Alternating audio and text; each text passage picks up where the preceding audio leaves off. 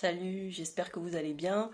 Alors, je sais que la situation actuelle, elle est très difficile aux Comores et j'espère vraiment que vous prenez soin de vous et de vos proches parce qu'on sait à quel point le système de santé est compliqué.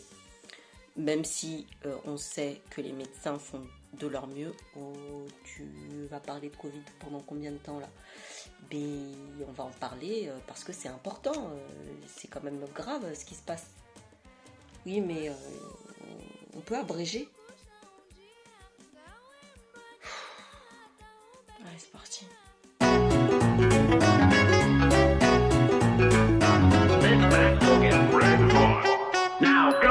Bla bla bla bla pouki.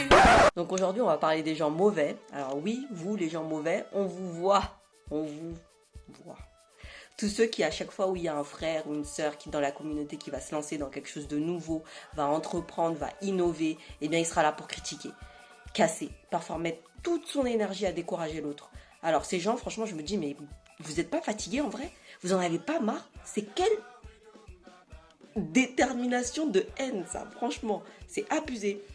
On sait que c'est de la jalousie, un seum qui est même pas dissimulé, que ce soit dans les réseaux sociaux ou dans la vie au quotidien. On verra toujours ces gens venir dire du mal. Alors les critiques, je pense que ceux qui sont capables d'entreprendre, d'innover et tout ça, ils sont prêts à les recevoir si ça leur apporte quelque chose de positif et que ça va leur permettre d'avancer. Par contre, les critiques en l'air, ça n'intéresse personne, sachez-le. La dernière fois, il y a un couple récemment aux Comores qui a célébré son mariage civil en grande pompe sur la plage. Franchement, c'était grave stylé. Ah ouais, comment c'était grave frais. Franchement, hein. En plus, ils étaient tous all in one. Et franchement, moi, mon mariage, mais qui t'a appelé, toi? Qui t'a donné l'autorisation de venir ici? Mais respectez-moi là-haut, vous toutes là. C'est même quoi?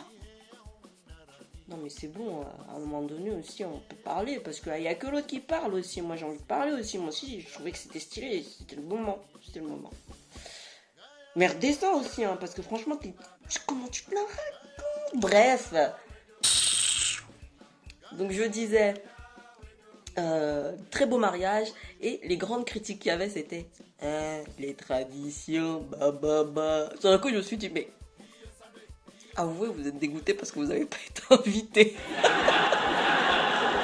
Et quand on n'a pas été invité dans des bails comme ça, c'est pas grave. On prend une grande respiration, on avale bien sa salive et puis on avance parce que c'est pas grave en soi. Il n'y a pas besoin de balancer son seum, sa haine. C'est tellement gratuit. Et pareil pour les entrepreneurs, hein, même combat. Il y en a toujours.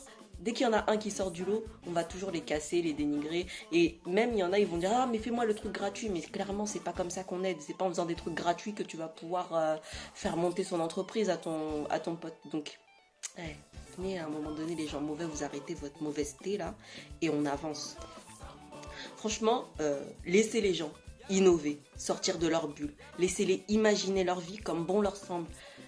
Laissez-les proposer, créer et juste être ce qu'ils ont envie d'être.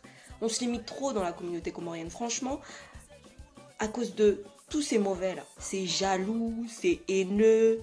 Franchement, répondre la haine, ça épuise. Hein. Moi, je vous dis, ça va vous faire des rides, vous allez vieillir trop vite. Vraiment. Et je finirai en citant ce grand poète des temps modernes. Ceux qui osent font face à ceux qui disent. Les moins drôles sont ceux qui vous souffrent et qui disent n'y va pas, tu es fou. Eux, ils ne sont pas méchants. C'est juste qu'ils se mettent à votre place et qu'à votre place, ben, ils ne l'auraient pas fait.